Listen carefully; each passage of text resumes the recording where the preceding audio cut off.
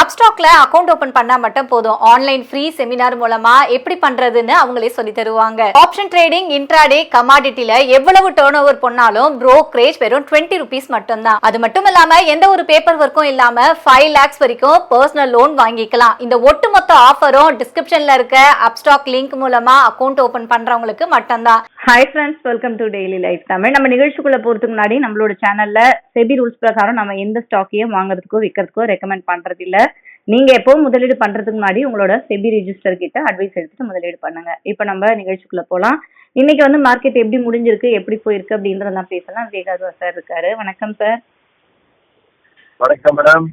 Sir, இப்போ நம்ம வந்து ஆல்ரெடி வந்து சண்டே மார்க்கெட்லயே நிறைய விஷயங்கள் பேசணும். ஸோ இப்போ பார்த்தீங்கன்னா இந்தியாவுக்கு வந்து ரஷ்யால இருந்து எல்லாருமே ரொம்ப ஆதரவா வந்து கொடுத்துக்கிட்டு இருக்காங்க. எங்க நாட்டில் கூட நீங்க இறக்குமதி பண்ணிக்கோங்க அப்படின்ற நியூஸ் எல்லாம் இருக்கு. அண்ட் மார்க்கெட்டும் பார்த்தீங்கன்னா 25,000 ஒரு வழியா தாண்டி அப்படியே போய்கிட்டு இருக்கு. நல்ல பாசிட்டிவா போயிட்டு இருக்கு ஒரு 2-3 நாளா.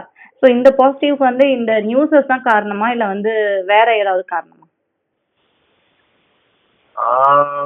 மேடம், டெஃபினட்டா இந்த பாசிட்டிவ் நியூஸ் எல்லாம் வந்துட்டு இருக்கு. அதெல்லாம் காரணம்.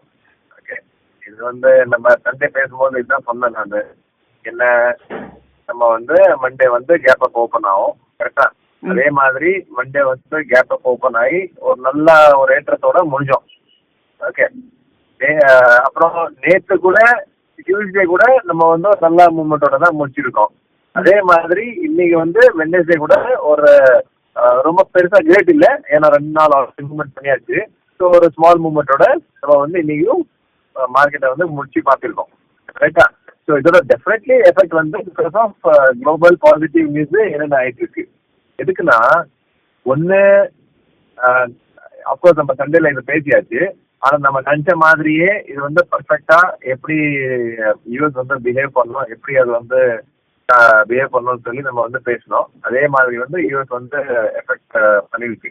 ஓகே, அதுக்கப்புறமா என்ன இருக்குன்னா, ஓகே யூஎஸ் வந்து கொஞ்சம் ரஷ்யாவோட ஓகே ஆனதுனால இந்த டாரிஃப் எல்லாம் வந்து ஒரு 3 weeksக்கு வந்து நம்ம வந்து தள்ளி போட்டுருவோம்னு சொன்னாங்க. அது ஒன்று.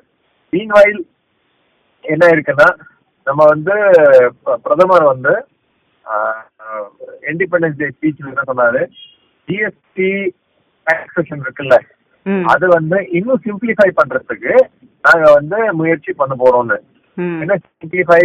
இப்போ வந்து 5, 12, 18, 28 இத்தனை ஸ்லாப் இருக்குல்ல, அதை வந்து நாங்க வந்து குறைச்சிட்டு 2 ஸ்லாப் வச்சுக்க போறோம்னு சொல்லி. ஓகே, இப்போ 2 ஸ்லாப் வச்சா என்ன பண்ணுவாங்கன்னா 18%,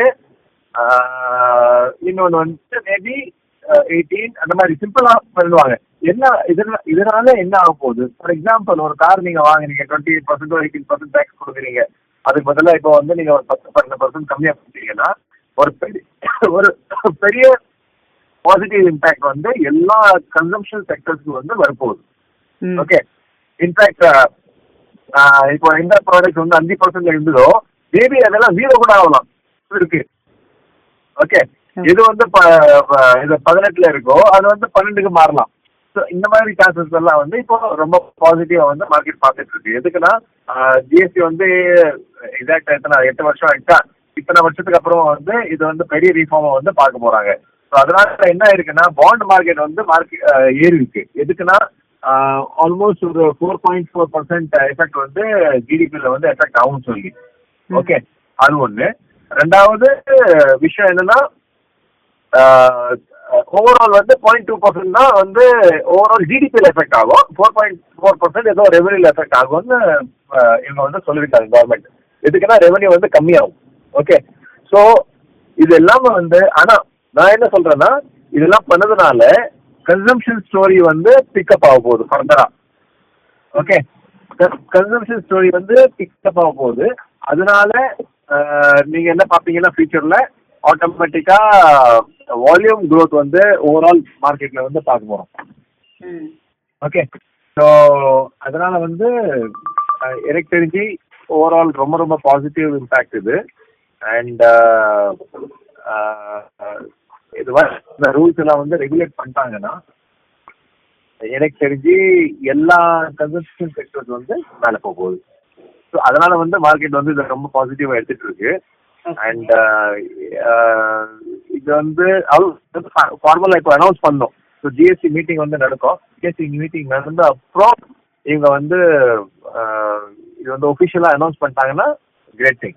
இன்னொன்று என்ன முயற்சி பண்ண போறாங்க இவங்கன்னா, இந்த பெட்ரோலியம் பிளஸ் சர்டன் ப்ராடக்ட்ஸ் இருக்குல்ல, அந்த ப்ராடக்ட்ஸை கூட வந்து ஜிஎஸ்டில இன்க்ளூட் பண்றதுக்கு ட்ரை பண்ணுவாங்க கண்டிப்பா. ஓகே.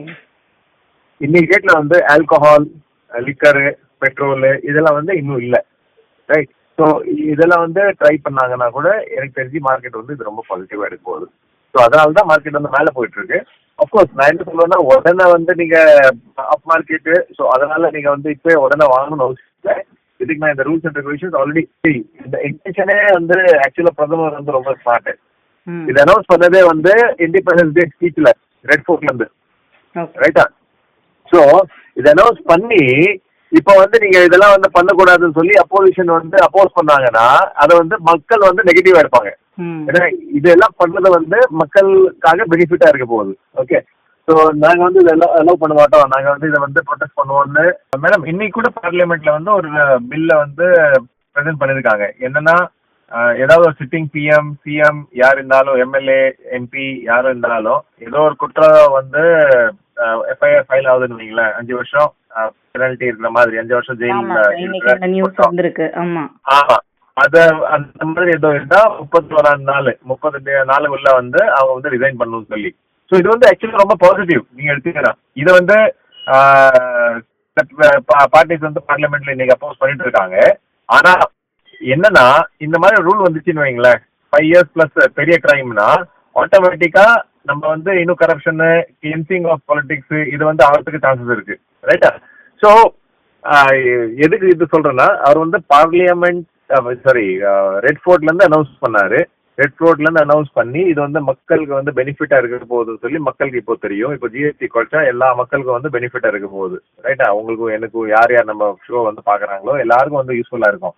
ஸோ அந்த மாதிரி ஒரு லா புதுசா ஏதோ கொண்டு வந்தாங்கன்னா ரொம்ப வந்து அப்போசிஷன் பண்ண முடியாது எல்லா சிஎம்ஓ. ஏன்னா இது வந்து ஜிஎஸ்டி கவுன்சில்ல டிசைட் பண்றது, கவர்மெண்ட் மட்டும் டிசைட் பண்றது இல்லை. ஜிஎஸ்டி கவுன்சில்ல வந்து எல்லா ஸ்டேட் கவர்மெண்டோட ஃபைனான்ஸ் மினிஸ்டர் அதுல வந்து மெம்பர். ஸோ எல்லா ஸ்டேட் கவர்மெண்ட், அது வந்து அப்போசிஷன் காங்கிரஸா இருக்கட்டும், பிஜேபியா இருக்கட்டும், டிஎம்கே இருக்கட்டும், எல்லாரும் வந்து அதுல வந்து இன்வால்வ்டு. ஓகே, ஸோ அவங்க தான் உட்காந்து முடிவு பண்ணுவாங்க. ஸோ அது வந்து ஜிஎஸ்டி கவுன்சில் வந்து முடிவு இது வந்து பாசிட்டிவ் எடுக்கலன்னா இது வந்து மக்கள் நெகட்டிவா பார்ப்பாங்க, ரைட்டா? ஸோ அதுக்காக தான் அனௌன்ஸ் பண்ணிருக்காரு. ஸோ இதெல்லாம் வந்து மார்க்கெட் இப்போ பார்த்துட்டு இருக்கு.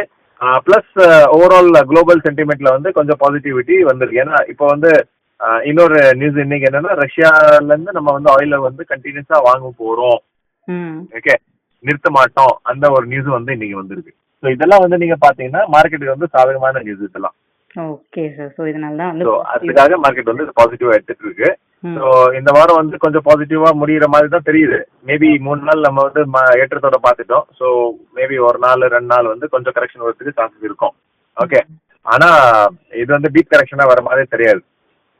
லாஸ்ட் டைம் கூட நான் சொன்னேன் என்னன்னா 24,000 + or -200-300 பாயிண்ட்ஸ்ல வந்து நம்ம அந்த ரேஞ்சில் இருக்க போறோம். ஸோ மேல் சைட்ல வந்து நீங்க இப்போ பாத்தீங்கன்னா 26,000 வரைக்கும் போகலாம், அவ்வளவுதான்.